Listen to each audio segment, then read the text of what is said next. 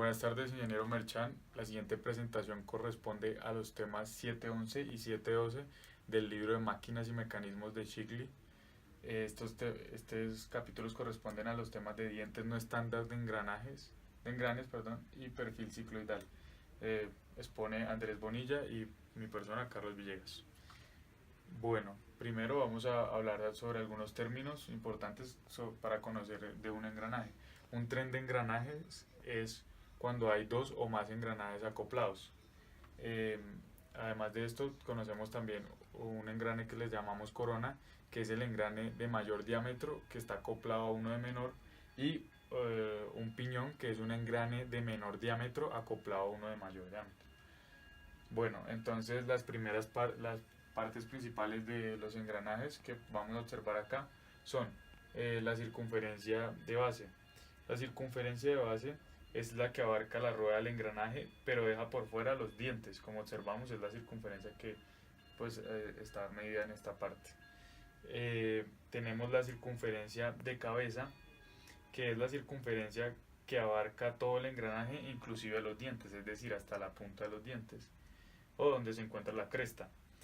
Y tenemos la circunferencia primitiva, que es la circunferencia que abarca el engranaje hasta la mitad inferior del diente, es decir, hasta este punto, dejando por fuera la misma parte superior del diente, o esta que observamos como A. Por lo tanto, cuando los dos engranajes se acoplan, las circunferencias primitivas de ambos se tocan en un solo punto, haciendo que se comporten como dos ruedas lisas, que una le transmite el movimiento a la otra de manera eh, sencilla, o no haya ninguna restricción mecánica. Por esto tenemos el paso, tenemos el paso de engranajes, que es la distancia que existe entre dos puntos homólogos de dos dientes consecutivos. El paso de engranaje lo observamos acá entre dos dientes consecutivos, que se mide sobre la circunferencia primitiva, y para que dos engranajes se puedan acoplar, paso de engranaje deben tener el mismo paso de engranaje. También tenemos el adendum, que es la diferencia entre el radio de la circunferencia de cabeza y el radio de la circunferencia primitiva. Y el dedendum, que es es la diferencia entre el radio de la circunferencia primitiva y el radio de la circunferencia de raíz o base. Es decir, este es el dedendum y este es el adendum. Bueno, siendo con la presentación, tenemos los dientes no estándar de engranajes. Las principales razones para usarlos son para eliminar la socavación, para evitar la interferencia, para mantener la razón de contacto aceptable, cuando en diseño necesitamos hacer un engranaje pequeño pero que transmita una gran potencia, o cuando se necesita un diente de un paso en particular para una transmisión de la carga, es decir, un diente que no tenga una medida estándar, sino un paso particular que tengamos que definirlo nosotros. Entonces, para hacer este tipo de dientes tenemos diferentes modificaciones. La primera modificación es la modificación de la holgura, modificación que nos permite aumentar la resistencia a la fatiga del diente. Entonces, esto quiere decir que se tiene un chaflán más grande en la raíz de le da una mayor altura en el cepillado de su perfil. Este se obtiene incrementando hasta un 0,4 sobre la potencia de la holgura. Entonces acá observamos la holgura, que es este espacio. Bueno, ahora tenemos otra modificación de la distancia entre los centros. Esta modificación se hace para acoplar engranes con números bajos de dientes con engranajes de mayor tamaño. Mediante esta modificación hay una reducción de interferencia y una mejora en la razón de contacto, lo cual aumenta la distancia entre los centros. Este sistema cambia las proporciones del diente y el ángulo de presión de los engranajes. La línea de paso de la cremallera se ha descentrado a una distancia o en relación al círculo de paso del engranaje, como se observa en la siguiente imagen. Entonces vemos que lo que hace es que tenemos el círculo de paso de los engranajes y la línea de paso del cortador de la cremallera. Entonces lo que hace es que genera esta excentricidad que observamos acá, es decir, se ha movido, no está totalmente en el centro, sino que se ha hecho el desplazamiento de la cortadora de la cremallera. A esto se refiere la modificación del diente, pues para que haya una modificación de distancia entre los centros. Y pues también tenemos hace que esta excentricidad hace que haya una modificación en la distancia, perdón, entre el ángulo de presión de los dientes. Bueno, entonces para obtener estos cálculos de manera matemática tenemos la siguiente ecuación, y es que el nuevo espesor se calcula, o T, que se refiere a thickness, es igual a 2 veces la excentricidad por la tangente del ángulo de presión más PC, que es el paso circular, entonces sobre 2. Entonces, psi, que es el ángulo, perdón, phi, es el ángulo de presión del cortador de cremallera, que se observa en la imagen B, es decir, lo que les mencionaba anteriormente, y pues T es el espesor del diente. Entonces tenemos aquí estas otras ecuaciones cuando tenemos en cuenta las involutas. Entonces ya vamos a ver estos términos a qué se refieren. Entonces tenemos, para hacer referencia a los siguientes datos, los valores obtenidos mediante los métodos son los siguientes. Entonces tenemos phi, que es el ángulo de presión del cortador generado por la cremallera, phi prima, que es el nuevo ángulo de presión, el ángulo que obtenemos nuevamente al hacer la modificación de distancia entre los centros. Tenemos R2, que es el radio de paso estándar del piñón. R'2 es el nuevo radio de paso del piñón cuando se acopla con el engranaje dado. Entonces, si observamos, todos estos hacen referencia, todos los que tienen prima son los nuevos valores obtenidos cuando se hace la modificación. Y acá, por ejemplo, tenemos N2, que es el número de dientes del piñón, y N3, que es el número de dientes del engranaje. Entonces, acá tenemos la ecuación que observábamos anteriormente para definir, que es esta misma ecuación que observamos acá, es para definir el nuevo, por ejemplo, en este caso es el nuevo espesor que tiene el nuevo espesor del diente del piñón. Entonces está dado por la siguiente ecuación. Bueno, para referirse a los diámetros de paso de un par de engranajes acoplados son proporcionales a sus números de dientes. ¿Esto qué quiere decir? Que es una relación directamente proporcional. Entonces el radio o diámetro de paso depende directamente del número de dientes. Entonces acá observamos que el diámetro de paso del engranaje 3 es el número de dientes del engranaje 3 sobre el número de dientes del piñón por el radio del piñón. Y pues para obtener nuevamente los nuevos cálculos con la modificación tenemos esta ecuación. Entonces, reemplazando las ecuaciones de los radios y los espesores en la suma de los espesores, que es igual al paso circular, se tiene la siguiente ecuación, que es para hallar la involuta del ángulo de presión del diente. Entonces tenemos esta ecuación que relaciona los radios, el thickness y el número de dientes. Entonces esta ecuación que observamos acá nos sirve para hallar el ángulo de presión en el cual dos engranajes operan después de que los espesores de los dientes se han modificado en sus círculos de paso T2 y T3. Entonces esto es ya para calcularlo después de la modificación. El círculo de paso se genera cuando hay contacto entre un par de engranajes. Por lo tanto, cuando un par de engranajes entran en contacto, se genera un par de círculos de paso que son tangentes entre sí en el punto de paso. Los círculos de paso estándar sirven para definir un punto específico en las curvas involutas. Estos círculos de paso son los que se generarían al acoplar los engranes si estos no se hubieran modificado. Cabe aclarar que la base son círculos fijos, los cuales no se alteran si se hacen modificaciones únicamente en los dientes. Quiere decir que si nosotros modificamos los dientes, pues nuestro círculo de paso no se va a ver afectado. Entonces se puede determinar el radio del círculo de base usando el círculo de paso estándar o el nuevo círculo de paso, como lo habíamos utilizado anteriormente, que entonces tenemos el radio de base va a ser igual a el radio del piñón por el coseno del ángulo del ángulo de presión.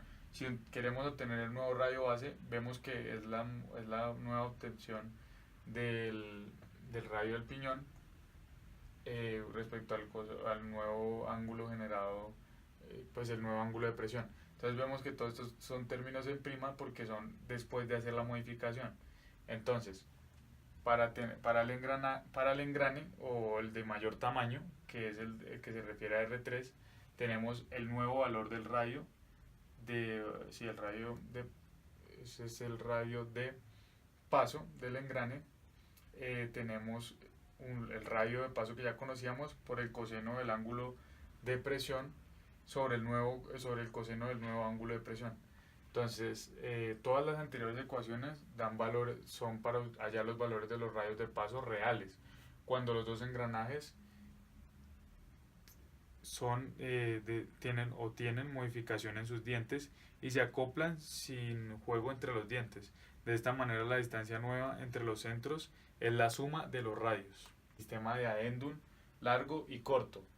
Como ya habíamos mencionado anteriormente, el adendum es la distancia que hay entre el radio de la circunferencia de la cabeza y el radio de la circunferencia primitiva. Es decir, entre la mitad, más o menos la mitad del diente y la punta del diente. Este es nuestro adendum. Entonces cuando tenemos un adendum largo y un adendum corto. Entonces, de lo que explicamos anteriormente, podemos concluir que cuando el diente tiene una distancia mayor del círculo de base, si se hace avanzar el cortador de cremallera hacia el disco en blanco del engranaje, una distancia igual a la excentricidad respecto al disco en blanco del piñón, se usará más del dedendum del engrane y al mismo tiempo no se habrá cambiado la distancia entre los centros. Esto se conoce como sistema de adendum largo y corto. Entonces, si utilizamos más distancia del dedendum del engranaje, esto quiere decir que vamos a tener un adendum corto. Entonces, pues ya esto es para tipos de modificación. Entonces acá observamos en la imagen A, que es cuando tenemos un adendum corto, ¿sí? Y acá tenemos un adendum largo. El siguiente tema es el tema 712, que habla del perfil cicloidal. Entonces, los perfiles cicloidales tenemos el cicloidal y de involuta, en los cuales vamos a hacer una comparación. Entonces, los engranes, el tipo de engrane por su perfil cicloidal. Entonces, el engrane cicloidal han sido reemplazados por los de involuta. Las características de los engranes cicloidales son las siguientes. Son engranes que no registran interrupciones. Un diente cicloidal es más fuerte que una involuta debido a que tiene flancos extendidos a comparación con los flancos radiales de un diente involuta. Los dientes cicloidales tienen menos deslizamiento y en consecuencia menos desgaste. La desventaja de los engranajes cicloidales es el hecho de que para un par de engranes cicloidales solamente hay una distancia entre centros teóricamente correcta, para la que transmite el movimiento a una relación constante de velocidad angulares. Es posible fresar un engrane, o otra restricción que tiene es que es posible fresar un engrane cicloidal, pero la fresa no se fabrica fácilmente como en el caso de una fresa involuta, debido a que los dientes cicloidales de cremallera no tienen lados rectos como los dientes de la involuta de la cremallera. Los engranes de involuta han reemplazado completamente los engranes cicloidales para la transmisión de potencia. No obstante, los engranajes cicloidales se usan en los relojes de pulso y pared y con determinados instrumentos en los casos en que el problema de interferencia y resistencia es el interés primordial para el diseño. Bueno, estas son algunas comparaciones entre el perfil cicloidal y el perfil engranajes de perfil cicloidal y engranajes de perfil de involuta. Entonces ahora tenemos los cicloides. Los cicloides hacen referencia, pues hay tres tipos de cicloides, que son el cicloide, el epicicloide y el hipocicloide. Cicloides en general se refiere a la trayectoria que se forma de dos puntos de una circunferencia que rueda sin resbalar sobre otra circunferencia, o en este caso es una recta que tiende a tener un radio infinito. La circunferencia que rueda se denomina ruleta o generatriz, y la circunferencia sobre la cual se mueve aquella se denomina base. Entonces estas pueden ser los tres tipos que decía. Entonces la cicloide hace referencia a que es una base recta. Entonces, como observamos acá, es una base recta. La epicicloide es una que tiene la rueda exteriormente sobre la base. O sea, aquí observamos que esta es la base y la rueda está girando exteriormente sobre la base. Y el hipocicloide es que la ruleta, que es la que gira, está al interior de la base, es decir, como observamos acá, al interior del círculo, que en este caso es nuestra base. En esta diapositiva se explica cómo se obtiene el trazado de los perfiles de los dientes. El punto X de las ruletas deben coincidir con el plano C, que es donde se tocan las circunferencias primitivas de los engranajes. Al girar la ruleta C' sobre la circunferencia primitiva C1, se genera una epicicloide de color roja, que será el perfil de la cabeza del diente de la figura 1. Si se gira esta misma ruleta sobre la circunferencia primitiva C2, se genera la hipocicloide de color azul de la rueda 2, que constituye el perfil de la raíz del diente de esta rueda. Al girar la ruleta C dos veces prima sobre la circunferencia C2, se genera la epicicloide de color verde, que constituye el perfil de la cabeza de la rueda 2, y si se hace girar sobre la circunferencia primitiva C1, genera la hipocicloide de color amarilla del perfil de la raíz del diente de la rueda 1. De todo esto se deduce que, tratándose de engranajes de dentado exterior, el perfil de la raíz del diente es una hipocicloide, mientras que el perfil de la cabeza del diente es una epicicloide. El contacto de los dientes se realiza en todo momento entre una superficie cóncava y una convexa o viceversa, lo cual disminuye la posibilidad de desgaste y tensiones. Por otra parte, los engranes construidos con este tipo de dientes pueden tener bajo número de dientes. De hecho, de que los dientes posean una superficie con dos curvas con curvaturas contrarias hacen que su tallado sea difícil y costoso a pesar de sus ventajas. Ahora vamos a explicar un poco cómo se obtienen los cálculos para los índices de transmisión y velocidades entre los engranajes. El índice de transmisión es el cociente entre el número de vueltas de la primera rueda conductora sobre el número de vueltas de la última rueda conducida. Si las ruedas son dentadas o poleas, una conductora y la otra conducida, y indica la cantidad de vueltas que da la primera rueda conductora por cada giro de la última rueda conducida. Esta es la ecuación que vemos como I igual a N1 sobre N2. Otra ecuación, que es la relación de transmisión, es el cociente entre el número de vueltas de la última rueda conducida sobre el número de vueltas de la primera rueda conductora, R. Indica cuántas vueltas realiza la última rueda conducida por cada vuelta que da la primera rueda conductora. Tenemos R igual a N2, 1 sobre N1. Y tenemos la velocidad de rotación N, que es la cantidad de vueltas que un eje o rueda o otro cuerpo realiza en unidad de tiempo, lo que conocemos popularmente como las revoluciones por minuto o RPMs.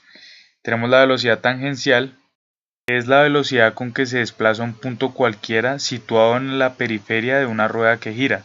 Está determinada por el diámetro de dicha rueda y la velocidad rotacional de su eje. Esta es la ecuación que tenemos como BL igual a pi por dn.